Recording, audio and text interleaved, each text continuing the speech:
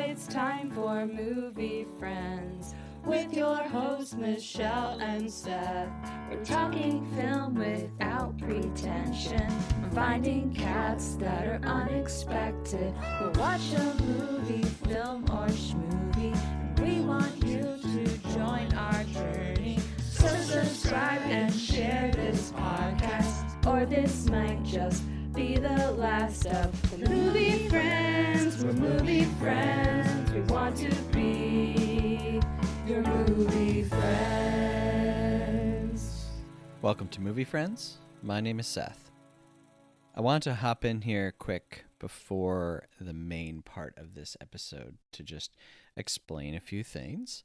One, this is a live recording, recorded on location at the Land and Sea restaurant in Peabody, Massachusetts. If you haven't listened to our show before, normally the sound is better quality, I would say. But in editing this and putting it together and adjusting the background noise, I kind of left a little bit of the real, let's say, environment and ambiance that we were in. One, because it's really hard to remove all that stuff and not make our voices sound super choppy. And two, I kind of liked it. I don't know. You can tell me. But one thing that I'll say is maybe don't listen to this one with your headphones turned way up. A few times throughout the episode, there's some pretty loud environmental sounds, and I wouldn't want you to blow your ears out. Number two, if you haven't seen the movie, Don't Let the Riverbeast Get You, definitely go watch it first, because as always, we're spoiling the whole movie the whole time. And this is one of our favorite movies. And I wouldn't want the just beauty of it to be spoiled by this episode for you. Plus, you won't understand anything that we're talking about. So, yeah, go check it out right now. It's streaming for free on Tubi. So you have no excuse. Go check it out and then come back and listen. Don't Let the Riverbeast Get You was directed by Charles Roxburgh, written by Matt Farley and Charles Roxburgh, starring Matt Farley, Kevin McGee, Kyle Koken, Sharon Scalzo, Elizabeth Peterson, Jim McHugh, Brian Fortin, Tiffany LaRoe, Tom Scalzo, Michelle Briand, Chris Peterson, Terry Dugan, Tina Bardinelli, Joan Greenan, Jim Farley, Nick LaValle, and Bill Riley.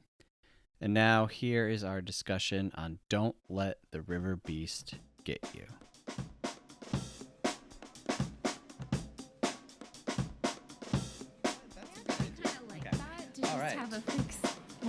All right. Hey, we're here at Land and Sea. We are Movie Friends podcast from New York. Hello. I'm here with my friend, Michelle Rubenstein, who loves the fun family game, Hamburger Helicopter. And I'm here with my friend Seth Vargas, who is the finest poetry tutor Peabody, Massachusetts has ever seen. That's right. We are here participating, celebrating, observing Premiere Weekend, Moturn Premiere Weekend 2025. Can you explain what this is? Premiere Weekend, Moturn Media of it all? I can't explain that in full in this amount of time. 3 words? 3 words. Art is alive. That's pretty good. There you go. That's pretty good. Go. Yes, we were here last night for the world premiere of Evil Puddle. Which you were in. I was in. Yes. And Mitch was in. That's right. Mitch is here. Yep, yes. Mitch is here. Yep, we all gathered at the Doubletree? By Hilton. Doubletree by Hilton. That's right. Yep. How did you find that experience? This is your first time coming to any kind of Moturn event. Yeah, I thought it was great. It was exhilarating to be a part of a movie premiere with a live audience. Interesting. As opposed to a movie premiere with... I think I meant getting to present your piece of work with that amount of people. There was a large amount of people. When I think of like something I would put on, it'd be like 5 people in my living room being Sure. like, I need, or when we do our live shows, this was like such a large amount of people. It must, and everybody was so engaged and commenting and laughing, and it was just really, cool. How did you find the film? Oh, sorry. I thought it was really funny. Mm-hmm. I thought it was really creative. And was there any perhaps standout performance in the film? If you're wanting me perhaps to say somebody who, you, well, I don't want you to say me, I'll say this. Your pizza restaurant was a fixture in the film. Yeah. I've never been inside of it. So that was nice to see it visually represented. The best part of my performance was the location. Yeah. I don't know if I've ever heard that insult before, but I'm gonna start to use that on movies that I hate. No, Seth, you were great. Best part of that guy was where he was. No, you were great. You did a great job. Mm-hmm. You did a great job. But it was, what also, like, your restaurant just looks so clean. Okay, all right. Anyway, all right. I don't know what I was picturing. I just was picturing something so different. Wow. So when you think of me, wow, the only place your mind can go to is, wow, this dude must live in like a pigsty. And honestly, I've seen myself, so that makes a lot of sense. Yeah, I don't. I have like a memory of you from high school dumpster diving. That's true. So, yes, but and you were a freegan. That did not carry through. I'm just saying that's where the train of thought goes. Okay. Let's get the train of thought back on track. We're not here to talk about Evil Puddle. No. That will come at a later date, but we are here to talk about Don't Let the Riverbeast Get Ya. Anybody familiar with this film? Don't let the. All right, that's right. Yes. This is a movie. This was the first Moturn movie, Charles Roxburgh, Matt Farley movie that I had ever seen. Completely changed the trajectory of my life thus far. And wait, what? How did you find it? I found it through the algorithm. The computer just kept recommending to me. The computer was like, Seth needs to see this. Basically, yes. And every time it would come up, I would say the same thing. I'm not going to watch this movie. Because I was like, what is this? This looks really... I didn't get what it was just off of a thumbnail, But it kept getting suggested to me over and over and over again. And then I found this podcast called No Such Thing as a Bad Movie, which I recommend everybody check out. Mm-hmm. And I listened to them because they did an episode on my favorite movie, Clifford. So I'm scrolling through all of their episodes, and I see they did one on Don't Let the Riverbeast Get You. And it was like, oh my God, now I have to see this movie. And so from there led you to Matt Farley? Yeah. And the whole Moturn world. The whole Moturn world, that's right. Yeah. And you were hooked as soon as you watched it? No, I wasn't hooked as soon as I watched it. I was confused as soon as I watched it. But that led you to explore more? Yes. Well, because of the confusion and the curiosity, I was like, I have to find out who these people are who are making this and what the whole world is. Hence, leading to today and us recording here at the wonderful Land and Sea, Peabody, Massachusetts. And why are we here? That's a good question. Well, you said it was a meetup. The junior beef. Oh. That's a good reason to come to Land and Sea. You know what I mean? Mm-hmm. The lobster roll is delicious, I've heard. I'm not rich enough to afford it, but... Yeah. Anyway, before we get into the movie... Yes. We should read a summary. Normally Michelle will read a summary, but we have a friend here. Miss Kat Chinetti from... Clap, everyone. Yes, Kat is here. Traveled from Maine. From We Should Do This Again Sometime. And Kat, would you like to read our summary for Don't Let the Riverbeast Get You? I'd be honored. Okay, now Kat did not know that she was going to do this. Nope. So if she screws it up, give her some grace. Yeah, fun fact, I can't read. Oh. That was a joke, folks at home.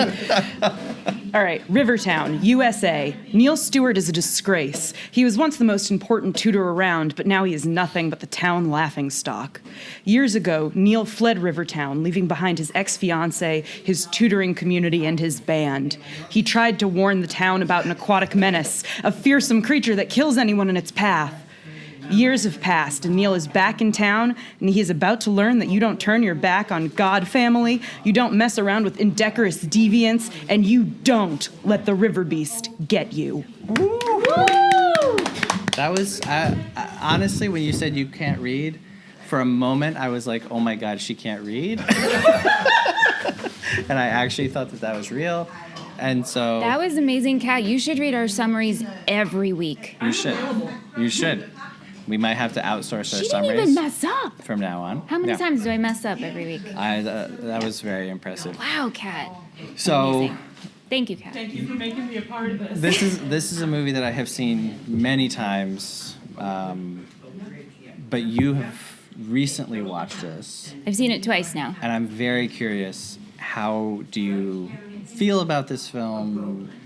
How does it fit in with what you understand about the Moturn world, whatever? I remember, okay, the first Moturn movie I watched was Magic Spot. Correct. And I remember... Which, sorry to interrupt you, but listeners, you should go back and listen to our episode that we did with the great Toronto's own Will Sloan on Magic Spot. For Will. Claps for Will Sloan, yeah. Mm-hmm. But when I watched Magic Spot for the first time, this is my intro to this world, I was like, this is either the worst thing I've ever seen or this is the best thing I've ever seen. Yeah, uh-huh. And by the end of it, I absolutely loved it. And it felt like a warm hug. It reminded me of a Christmas movie. I'm going to add it into the rotation of my Christmas films. And so I was really excited to watch this one. And I was instantly just enthralled in the story of it. And the Riverbeast and the design of that character. Mm-hmm. Now, yeah, you were really hung up on the Riverbeast itself. I'm obsessed with I have so many questions about the Riverbeast. And this movie feels like an homage to 1950s creature films. Would you say that? Oh, I don't know if the word is homage. I recently learned that, I think the fancier word is pastiche, which I didn't know what pastiche meant, but it's a fun word to say. Well, what is... like pastry. It's a mix between pastry and mustache. Pastiche. That's I just heard it for years and didn't know what it meant. But pastiche doesn't mean pastry. No. What it means. It's like when you do an homage. So it's an homage. No, it's different. It's fancier. It's better. Okay. It's like an homage with a top hat. Sure, yes. Okay. Yeah, that's a good one. That's right. Got it. Yeah. But yeah, Riverbeast, it's it's an homage pastiche of 50s, 60s homage. creature feature, wholesome Americana type whatever. And what was I going to say? Oh, thank you so much. Hey, everybody here, we have... Wait. Hold on, put them back. This is for the bit. Okay, hey, everybody here, we've got some French fries. If anybody would care to have some French fries. Anybody? Yeah. But wait, we need somebody to help hand out. Would anybody be willing to volunteer to help hand out? Could we get a volunteer? Who's going to be our fry boy? Maybe? Anybody? I'll be... You want to help volunteer? Yeah. Okay. All right, here, you can help hand out these fries. Wait, get uniform. Oh, that's right. Sorry. Could I have that bag for a second? Okay. This is what I picture when I hear pastiche. Okay, yeah. Before, just to make it official so that people know that you're not handing out fries, erroneously, could you just put this shirt on? Shirts off, skins for a sec, new shirt. Yeah, there you go. I have to, you want me to... No, don't take it. No, please. Don't take your shirt off. I don't think we have that much. I don't think we have that much land and sea pull, but Yeah. Oh, okay. it fits like a glove. All right. Now, as the shirt indicates, these responsibilities and powers are only good for today. So please. But there's no date. Well, it's today. You have to take your job seriously, though. Okay. Make anyway, sure everybody gets their sorry French for that fries. interruption, everybody. Back to the movie.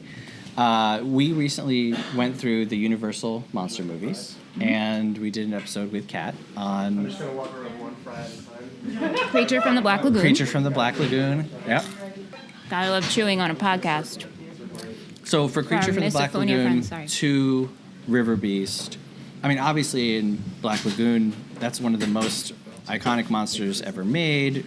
The underwater scenes are all incredible. The suit, Yeah. looks great underwater, on land, whatever. Yeah.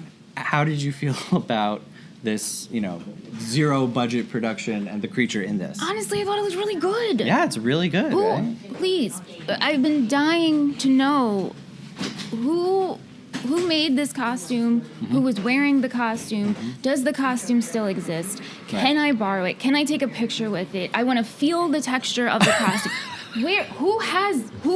Does it, Charlie really does have it? Yeah, he wore it at one of the most recent extravaganzas. He wears it to some of the shows. Yeah, he does. Yes, so for those of you listening at home, And it's thick rubber and it stinks. yes. I'm sure it does smell. Yes, Yeah. so Charlie has the Riverbeast costume. It is not, I believe it is not available in full, but the bust, head, all of that, that's still around, and it's deteriorating rapidly. And it stinks. Who made it? Did they make or who wore it? No, they Bought actually, it? They commissioned a friend. yep, they had outsourced the production of the Riverbeast to someone to create. Do you know who was the Riverbeast? No, I don't have the specific name. Does anybody Oh no, know? who was in the suit? Yeah, who was in the suit? Charlie was in the suit. Matt was in the suit, and I believe Tom was in the once, suit. yeah. Yeah, one or twice. Yeah. So he's an aquatic menace. I love how the town is Rivertown, USA. Yep. Neil Stewart, famous tutor of Rivertown, USA, was formerly a member of the Rivermud Warriors. Yep. So it's like everything in this town is labeled River Mud. And when I first watched it, I was like, that's just so unbelievable. But then traveling to Massachusetts, everything here is labeled like Pilgrim Gas Station or like Paul Revere, da-da-da. And so I thought, maybe Matt wasn't reaching too far. That's so interesting. Wow, I never even thought of that. Maybe Like, just growing up around here, they thought like, oh, this is actually how things are named. well, the River Rivermud Warriors, yeah. That's not too weird. And then Rivertown. That's not too weird of a name for a band. No. So, Rivertown with their hit song. so if you Right. Exactly. if you were listening to the radio, there which, are I much mean, like no, if you were listening offbeat to the band radio and a names. song came on and the DJ said, "All right, gang, that was the latest hit from the Rivermud Warriors," you would not. Blink an eye. Wow. Okay. I mean, maybe I'd be like, oh, let me look them up. But it wouldn't be like, oh my God, that's the weirdest name I've ever heard. Okay. All right. Well, you're a lot nicer than I am. But to go back to Neil, Neil is the Yeah. only one in this story who has seen the Riverbeast. Is that correct? Yes, Neil. We don't see the origins of it, but he's coming back into town, and he had to leave in disgrace. When we first open up on Neil, and he seems like he's in a bunker. Yeah. Where? That's the shame bunker that he's sequestered himself to. Okay, so that's where he is, and he receives a letter to go home for his god cousin's wedding. Yes. Okay. How do you feel about the god cousin thing? I mean, I just kept chuckling. It's always god cousin, godmother. It's never just like that's always. Yeah. They're always tied together. Do you have a god cousin? I don't. No, I don't even have godparents. I don't know how you get a godfather. Oh God, I couldn't. I'm a godmother. Actually. You are? Yeah. I'm a godfather. You are? To my nephew. Okay. All right. Okay, we got a bunch of godfathers here. Wow. All right. I guess. Godparents. Guess my family didn't care about me that much. Well, I didn't have any, so Yeah. it's okay. Yeah. So he comes back to town, and everybody knows him. Some people are happy to see him. Some people are not happy to see him. But we get the sense that he really caused quite a ruckus in trying to warn the town Yeah. about the Riverbeast and its, You think he dangerous was ways. just overly obnoxious about it because he Well- cared about the safety of the town. I mean, yeah. If someone came into your pizzeria Mm-hmm. and was like, "There's a river beast! Yeah. I'm warning you because I'm scared for you guys." Yeah. How would you react? Would you shame this person? No, I mean, I guess eventually. I mean, it depends. Is this someone as credible as famed tutor Neil Stewart? You know what I'm saying? Like, Yeah, what that's is true. my relationship to the Riverbeast Warner? Yeah. Yeah. Yeah. But yeah,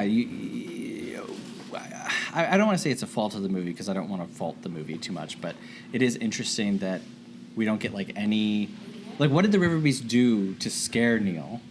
Because it's not like anyone died. It's not like the Riverbeast destroyed anything. There's no evidence other than he saw it. For all Neil knows, this could be a benevolent river monster. You know what I mean? It's true. Like what did Neil witness to cause him to have this response? Like if you don't disturb the creature won't disturb you. There you go. So perhaps the Right? Riverbeast is Well, right. yeah, Yes. creature, yeah, Yes. Point a spear gun at these things.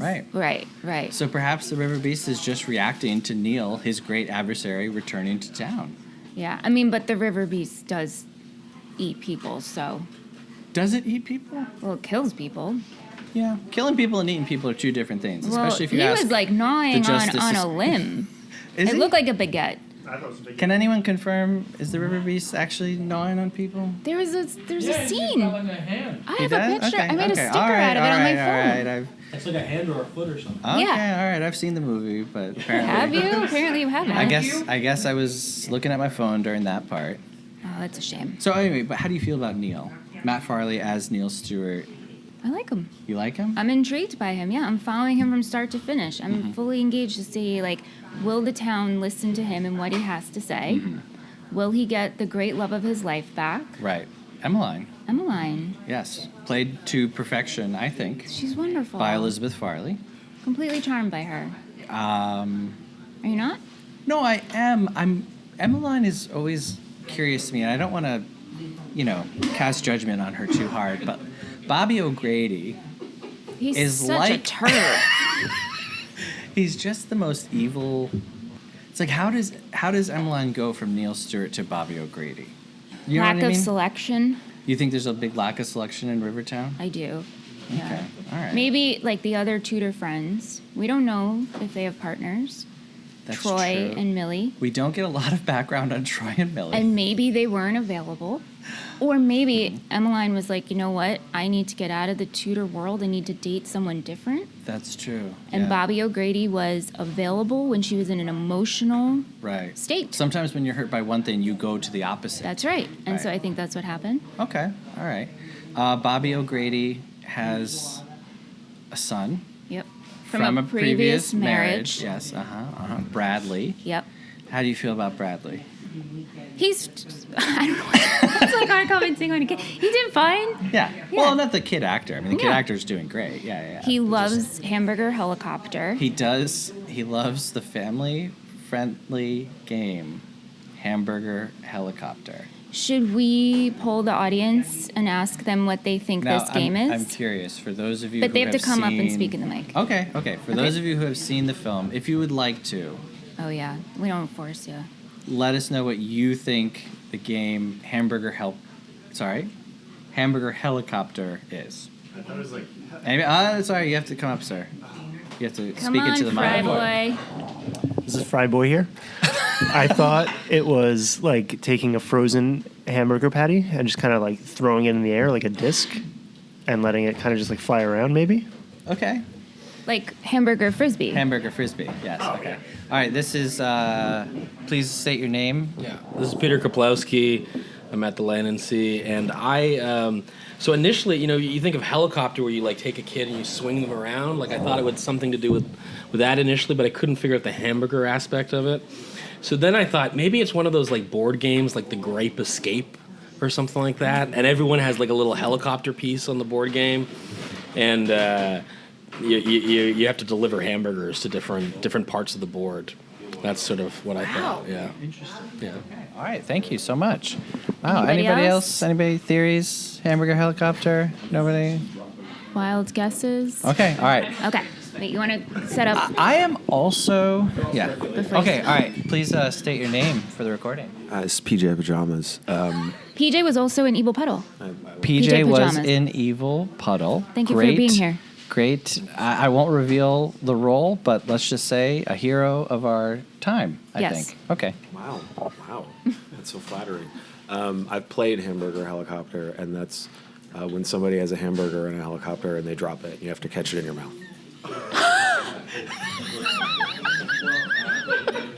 So I like cat. Bobby O'Grady has a helicopter. Okay.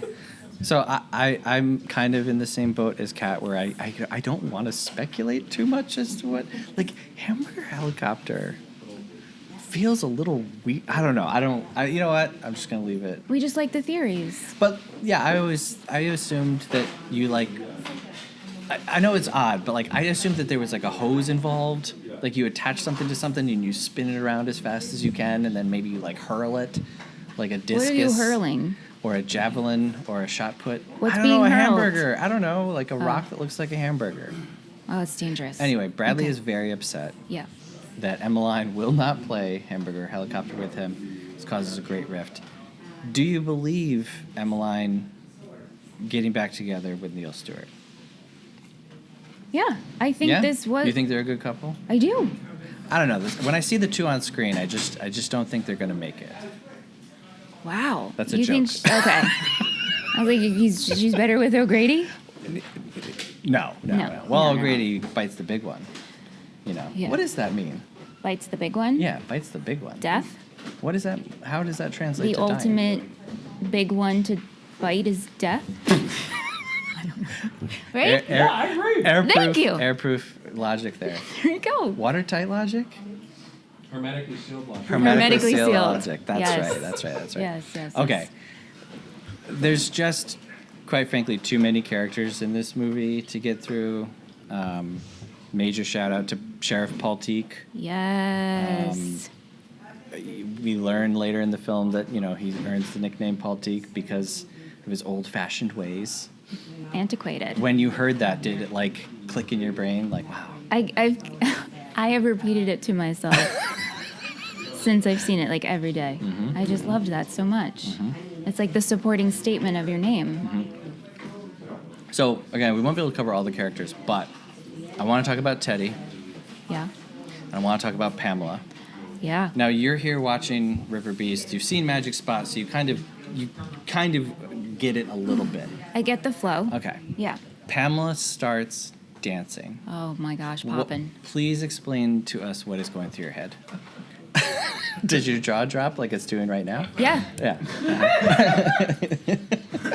Her delivery of it all. Mm-hmm. Perfect? Uh-huh. Yeah. I was like, wow. Yeah, watching this movie, because I've seen it twice, so watching Yeah. the second time with Ant, his commentary was just so good. Okay. It was just like, wow.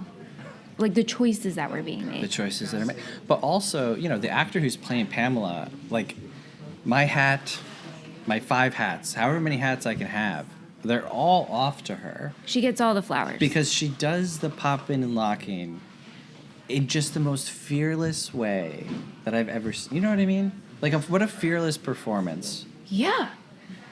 I'm going to count to 3, and if you don't stop, I'm going to drop this towel. Mm-hmm. It's just... I just met you, but I'm going to work on your temper. I'm going to I'm gonna teach work- you yes. that you can't lead with temper. Yes. Shower. Yep. Yeah. Also, you know, explaining the whole kitty litter thing. And I know that you've had a lot of thoughts on kitty litter. I had a lot of thoughts on the kitty litter. Why kitty litter? Besides the fact that there are There lot are of actual multiple applications like, for kitty litter. Correct? uses besides what it's intended Yeah. for kitty litter. I was curious if anyone has used kitty litter in any other way. I was thinking about it, like in the snow. Yes. Right, yeah, So, you use kitty litter. So according to catster.com, I'm sorry, according to what? catster.com, Catster? Is that like Catster. Napster? catster, Catster? Okay. Dot com. This is a website that you have previously known about? I have frequently visited Okay. it. And here are some uses for use of kitty litter. So you have obvi- this prepared.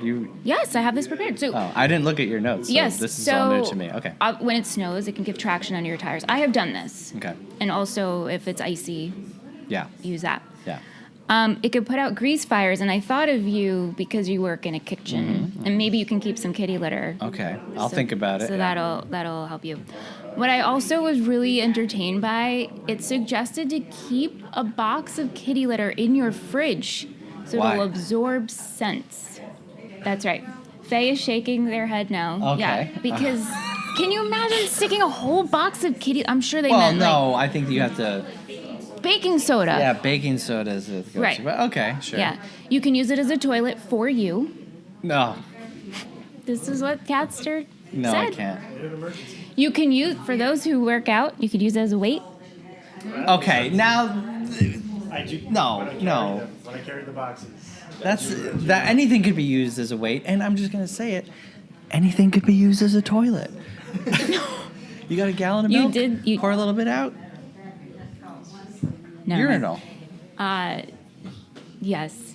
But overall, this is what cracked me up the most. Okay, This let's is hear it. what they, quote unquote, okay? Uh-huh. There are many ways to use kitty litter around the house, and the only limitation is your imagination. Just be sure to leave some for your cat. You're gonna love this. Okay. All right. Thank you, catster.com. Perhaps Charlie and Matt, referred to this. Well, and here, my thought was, they live here in not Charlie. Well, Charlie is in Connecticut? Mhm. Okay. So we're in the Northeast. Yep. Snow. Yep. You get stuck in the snow. Yeah. You use kitty litter under your tires. Well, so this is a really Huh? That does work. Yeah, I know. I have done that. this is a very common thing with their movies where there's something that seems like innocuous or whatever, and they'll keep mentioning it, and then in the clutch moment, it comes through. And so kitty litter for right. Riverbeast is we need to dry this sucker out. Thank God we have that Yeah. kitty litter from Pamela. Yeah. Yeah.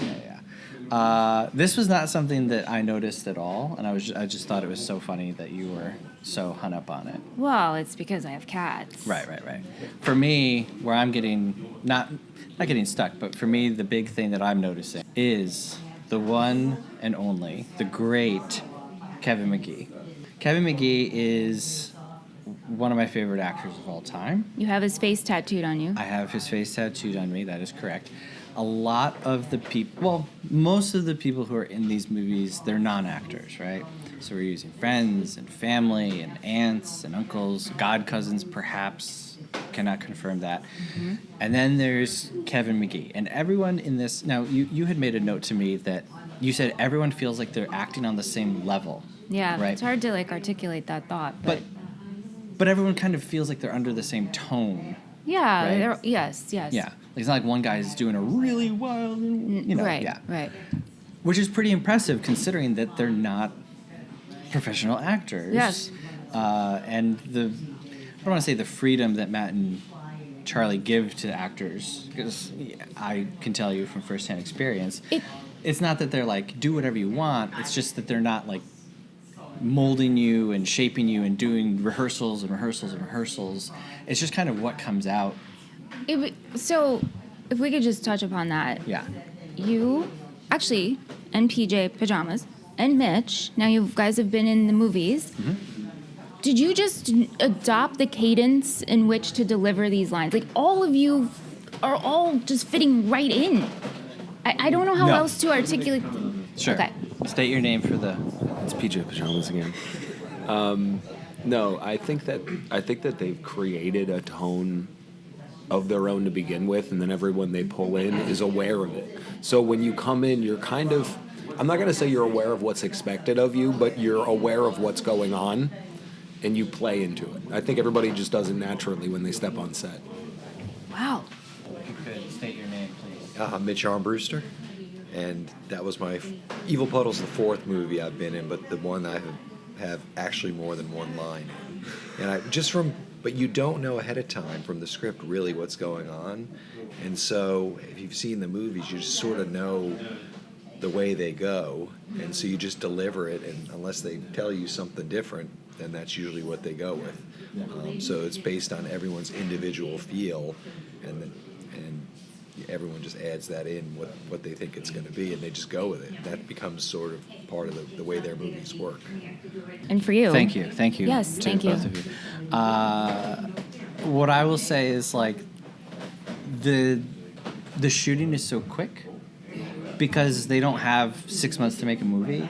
You don't take a whole lot. I didn't think twice about like how I'm gonna sound. I was just like, all right, I just have to say what they tell me to say in this moment. You know, they have the camera on you, and literally Charlie's like, okay, now say, sure, that sounds good, and so you say, sure, that sounds good. And So you were being fed lines. but that's just me. Obviously, like they had to, you know.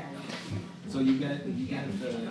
PJ Pajamas has come back. Please. Typically what Farley will do is he'll send you the scenes that you're in and Your nothing sides. else. Nothing else.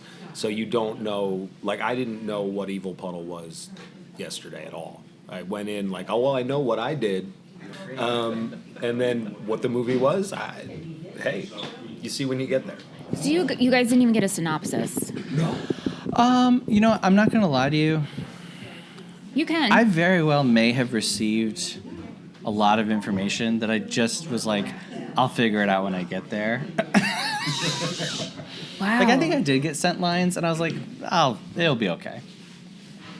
Wow. Yes. That like gives me anxiety. Really? Yes. You have to tap into the confidence of a white man.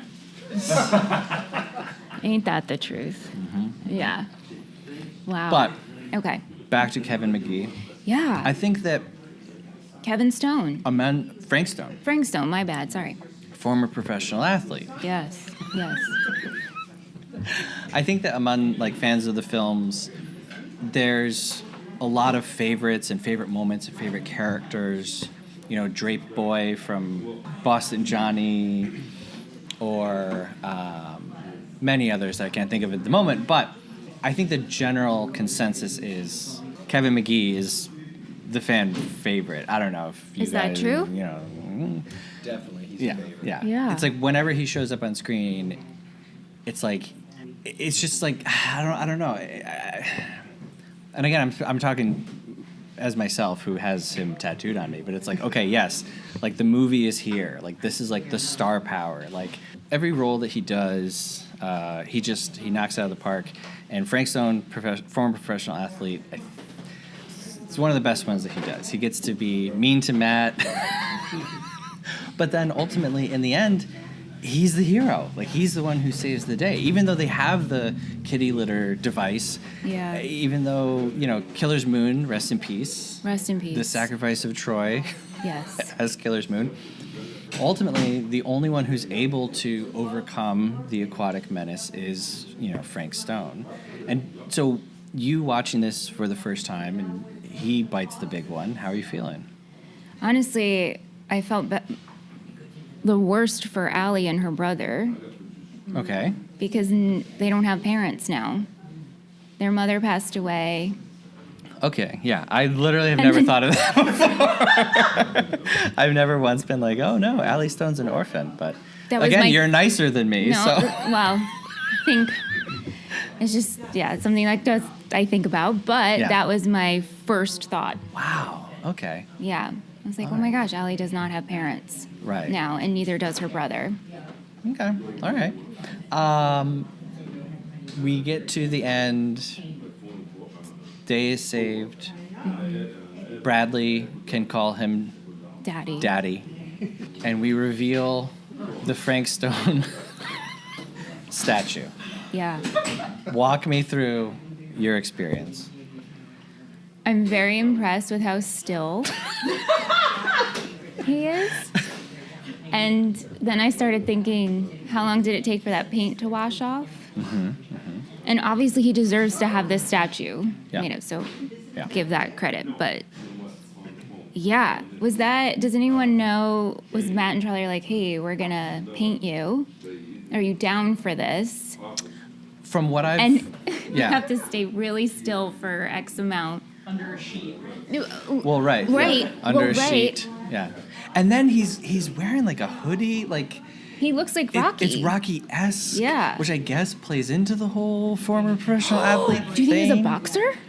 I'm not going to pigeonhole Frank Stone. We see him displaying athletic prowess in multiple disciplines throughout the movie. Like, I've often wondered, like, what was he a professional athlete as? And I'm wondering if, like, it was just athlete. Like, he could do it all. Probably. I think the better question is what sport was he a professional? Okay, so for you listening at home, PJ Pajamas just asked, what sport wasn't he a professional at? You know what I mean? I feel like luge. Maybe he was not a luge master. Yes. So, but anyway, I feel like the hoodie just makes it even more ridiculous for some reason. But again, you give Kevin McGee something to do, and he's going to do it better than anybody else, including standing still. He commits. While covered, in silver paint. Yeah. It's amazing. And from speaking with him, brief times that I have, and talking with Matt and Charlie, I think the idea is he's just game for whatever. So cool. Like he's not going to stop and be like, no, I'm not going to paint myself silver. He's just going to do it. Okay. Yeah. Ito Hootkins. Mm-hmm. This is Matt's dad. I don't know if you knew that. I didn't know that. That's pretty great. Ito Hootkins, known ladies' man. Yes. And big game hunter? ? Seems so. Like, this is the person you call Yep. when you need a creature caught or... Yes. Yeah. So we love this guy. You're watching him, and then we get the Picnic Babes. The Picnic Babes Can you... are just they just... Like, maybe not the MVP, but they get the blue ribbon. Wow, really? Yeah. Yes. The Picnic Babes? The Picnic Babes. Also, right, the Picnic Babes are existing around the Riverbeast. Mm-hmm. Riverbeast never goes near them. That's because the Riverbeast only kills mean men. That's right. Yep. And so if you just let nature be and don't disturb the creatures... And perhaps that's why Neil lived to tell the tale of the Riverbeast. Because he's a nice guy. What? Was he the true hero? Oh, we got a question. Is the Riverbeast... We have a question. Go ahead, Fryboy. Fryboy here. Was the Riverbeast the true hero if he only kills mean men? I guess it depends on how you feel about mean men. As a mean man, I don't like it, but I would also accept my fate. Well, Troy... I guess if he's being attacked, too. Self-defense. Troy is different. And Stone, too. But Troy did not share his butternut squash. Oh, true. And so did Matt and Charlie think about that detail and put that in with Millie? Because butternut squash seems like such a throwaway line. Were they actually seeding the death of Killer Moon all the way back then? To die because he would not share his butternut squash. Is not sharing butternut squash a capital offense? I need a second. Now, if you and I have butternut squash, if I have some, and I'm plopping a spoon or a fork into it, do you want some of that after my mouth has been on it? And so it's not cubed? It ain't cubed, no. It's just like half a butternut squash. It's cooked. It's a bowl of butternut squash, and I'm dipping and sipping. Yeah. Especially not if you're sipping. No. Okay. Anyway, I don't know. I never thought about that. I never thought about Troy being deserving of death, but that's a good point. Wow. Yeah, I'm the one who made the point. I just wanted to give the compliment to myself. Sure, take it. No one's like fighting you for it, so go ahead. We wanted to talk about the wedding scene. I feel like Riverbeast is a great film. I mean, we can all agree on that, right? But I feel like the movie kind of stops like dead in its tracks for about 10 minutes so that they can have a musical number. I didn't mind it because the wedding scene, besides the Riverbeast, is probably... No, I like as I start to say, I'm like, is it my favorite? Because I have like a lot of favorites with this, but I really liked the wedding scene. You do? I like the whole thing of it. I love, I didn't know I was supposed to go up for my casserole. How dare you take seconds without being called? I mean, like I see what you're saying. It's like an excuse just to play some music, but then we have a dance number. We do. We have a dance. So the dance number kicks in. Again, you as a viewer, what do you... You're on board? This doesn't lose you? I'm on board, and I just kept thinking, like, if Seth and I were doing a Movie Friends live show to the full extreme, we would make our audience perform this. We would. We're not going. would stop for 10 minutes, dead in its tracks. It would, though. Musical number. We are not going to do that now because we respect Land and Sea so much. But if this were a normal Movie Friends stage production, yes, we would do that. We would do that. Yeah. But it just feels like, and I'm not saying this in any kind of mean way, but like they don't even have like the full instrument equipment. Like it's not like the drum set. What are you talking about? Troy has a bucket. Yeah, Troy has a bucket that he's just kind of going. He's keeping the beat. Yeah, perhaps, but not to the song that they're playing. So that's what. See, I let it all go. I'm fully immersed in the world, and you're picking apart the details. I'm not. Or you just picked apart the details. I will tell you, the first time that I watched it, this was a no-go, game stopper, show stopper. This part like just blew my brain. Is that how most people feel? Mitch, PJ pajamas? Anyone? Kat? Yeah. Okay. Okay, please state your name for the show. Hey, it's Kat again. So Seth took me to see this at a movie theater in Somerville, Massachusetts, and I just kind of was in it. And partially because I was physically trapped in an aisle and couldn't leave, but also because I was just like, sure, this might as well happen now. You know, as much as there is kind of those beautiful like underwater ballet scenes in the Creature from the Black Lagoon movies, we have this, probably because I don't think you could swim in that thing. You know, kind of musicality in movement is always been a thing in creature features, and I think this is a very roundabout way of paying homage to that. Wow. Or pastiche. A pastiche, that's right. Very good pastiche. Wow. All right, Kat's right, I'm wrong. Between that and the butternut squash thing of Troy getting killed because of that, We're learning a lot about Riverbeast, yes. Yes, that's right. This might just become a 5-star right here. Oh, From our... okay, hold up. Just wait. Just let's hold off on that for now. Okay. Sorry. At the wedding, we get the great cameo from the great Sleason, Hi Hat Harry. Who is Hi Hat Harry with? I don't know. Do they have a name? Low Tom Jane? I don't know. I mean, we can name. But Hi Hat Harry will not play until they pay. I have no notes on Hi Hat. I don't have anything to say really other than that. But my notes are the sweatbands. The sweatbands. They're both wearing sweatbands. Were the sweatbands? Is that their normal wear, or is that we're performing a wedding? We better outfit? soak up the sweat. Right, like, are they going to change once they get paid? The sweatbands come off. I don't think they're changing. I think they're removing the sweatbands. Okay, got it. All right, cool. It's that kind of party. That's right. Yes, that's right. It's that kind of party, yeah. So I wanted to mention very, very quickly, very briefly, because probably no one else is interested in this but me, but this year, Cannes Film Festival just happened, and this year they announced a revival group of filmmakers of the Dogma 95 manifesto way of making films. And Dogma 95 is basically like Lars von Trier and a few other filmmakers were like, we don't like the direction that filmmaking is going. We don't like the Hollywood model, special effects, big budget. They saw it as like a downturn for the art, right? So they made this list of requirements for how to make a movie. One of them was no artificial lighting. You have to use natural lighting. One of them, you have to use handheld cameras. Only diegetic music and sound. You can't. So they wanted to bring it down to a more natural, less produced way of filmmaking, and it didn't work out too well. A few films actually got made under this manifesto. They're not the greatest. Some of them are pretty good. Anyway, that obviously went away. Filmmaking continued to get more commercial and more special effectsy and all that stuff.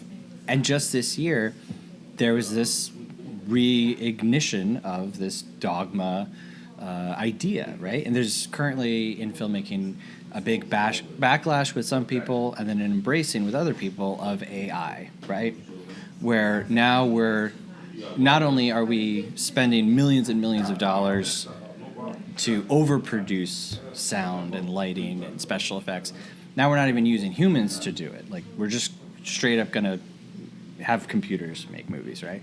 And so there's this really big tussle back and forth with filmmaking, and there's a conversation. And if you read the Dogma 2025 list of rules and their criteria for how films are made, it's basically how Charlie and Matt make movies and have been making movies for like 20 years. So for you, as someone, we talk about movies, we watch movies all the time, we watch movies through all film history. How does this way of making movies and then the end product, like, how do you take that in the context of all movies? Wow. I know, that's a big question. I guess what I'll just say is it's a lot of information to process. If I can quote whomever from last night who said that in the movie, I just appreciate Matt and Charlie doing things on their terms. Yeah. And they're creating to create, not creating for anybody else. Following their intuition. I'm just this Dogma. Who can access it? It's posted you can just publicly. read it online. Yeah. Oh yeah. It's amazing to me. A group of people. I guess anything can get. You can put anything together, and that becomes a standard, if you will. Yeah. I mean, how do you take it? I mean, I take it a lot of different ways. I think, like you said, yes, they're trusting their instincts. Yes, they're doing things to their own standards, but it's more so like they're able to turn off the insecurity. Yeah. Right? Like, if you were to make something for no budget, you're making everything yourself, you're recording at Land and Sea in Peabody, Massachusetts, right? Yeah. And then you look at someone who has a budget of, $1 million a year to produce a podcast. You can look at the other work and say, I'll never be able to do that. Therefore, I'm not going to do anything, because if the standard is up here and if what people want is up here, I'm never going to be up here, so I'm never going to start that climb. They don't have that. They don't. Right. They don't care. That's two different mindsets. Not to say they don't care, because I think that they care deeply about their art, but it's not going to stop them. Right, and it's also finding their audience, their community, who is fully engaged with their artwork. Right. And just like we talk about all the time, I always go back to our Space Jam live show. Mm-hmm. You could say anything bad about it, doesn't matter. I love it so much. I'm super proud of it. Right. And we did that because we wanted to do all of the crazy things we did. Right. For me, like, I love all types of movies. I appreciate a Marvel film. I appreciate, obviously no budget films. But I feel like the lesson or the example that they live every day by continuing to create these movies. Because, look, you could have made Riverbeast 2012, and that's the last movie you ever make, because it didn't make $1 million, and you lost money on it, and you know what I mean? Like, it didn't break the world, and it's big in Japan now, 13 years later, right? But they could have stopped, and, like, they didn't. And so I feel like making it available and, like, putting the word out there for people to experience it is more important than promoting, Well, then it's a whole accessibility conversation. Yeah, sure. But it's just, I feel like there's art that you experience, and then there's art that challenges you. Yeah. And makes you stop and say, what the heck did I just watch, and why, and who, so. I think it's also cool to have a collaborating partner and someone that you could bounce ideas off of. I'm very interested in duos. Sure. Here on Movie Friends, and then on Total Betty with Liz, and how you have a creative partnership. And when you have a creative partnership and the two of you can come up with an idea, it doesn't matter what anyone else thinks, because you receive there's a fulfillment there. Yeah. If you have that, it's creative way of living. Yeah. All right, well, this is not a normal episode of It's Movie not. Friends, so we're not following all of our normal. Do you have a happy and a crappy? My happy is... Oh, man. My happy is probably Pamela Poppin. Oh, okay. All right. And my crappy... I really don't have a crappy. Okay, all right, that's good. Yeah. That's good. Do you have a happy and a crappy? Well, my happy would be Frank Stone. Both the fight scene, because that's thrilling. I mean, the sound effects, Yeah. the muscles. That's why when I was like, he must have been an athlete that did a lot of upper body work. Oh, yeah, in real life, Yeah, for sure. yeah. But yeah, I would say Frank Stone is probably, and then as far as a crappy, it's a light, very light, but there's a lot going on. And like sometimes I forget about like the Professor Matthews of it all, right? And he would be the crappy. That's well, I mean him No. as a character, No, but him not as a character. Pete playing him. Sure, no. Yeah. But like that's also leading towards Allie becoming a reporter, which is a good arc for her. And so it's light, but I feel like with all the other storylines, some stuff gets lost in the River Mud Shuffle. Okay, so here we rate films as a movie, a schmovie, or a film. Rate it 1 through 5 stars and give our final thoughts. I know I made a joke earlier. I want everyone else to rate it. Everyone Who's here? Everyone who's here? Yes. Who has seen the movie, I want to hear what they would rate this movie. Okay. Well, if you feel comfortable Oh, rating right. this movie, Right, of course. If you feel like feel coming free up. to do so. Yeah. I'll give my rating. Okay. Okay. 4 stars. I think this is a great movie. Great example of homemade, no impaired vision, realizing your goals. It's a great time. I think everybody should see this movie. And this is definitely a schmovie. Yeah. I mean, for sure. Yeah.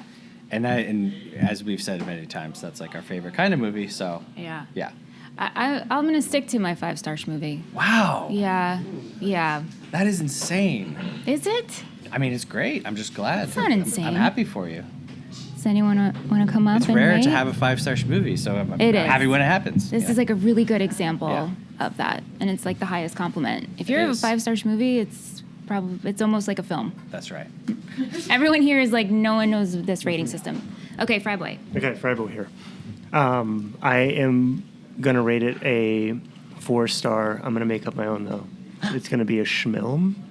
Whoa. Yeah, so it's like a mix between a film and a schmovie. We've talked about this. We just never came up with a name for it. Yeah, I'm calling it schmilm. All right, well, please state your name for the recording. Jean.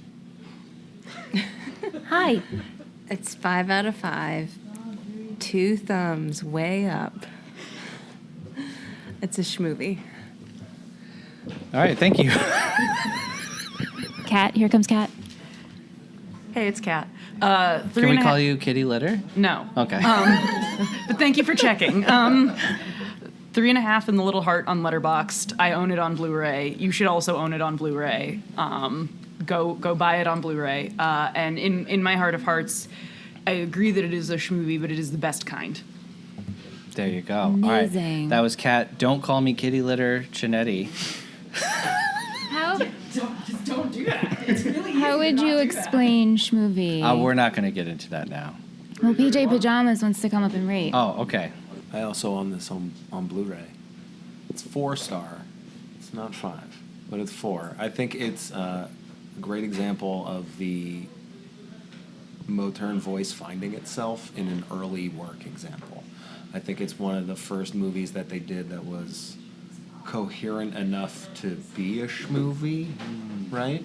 And wasn't just kind of like random scenes, kind of. They were figuring it out a little more. In this one, I think it's a great example of the evolution of their art form. Wow.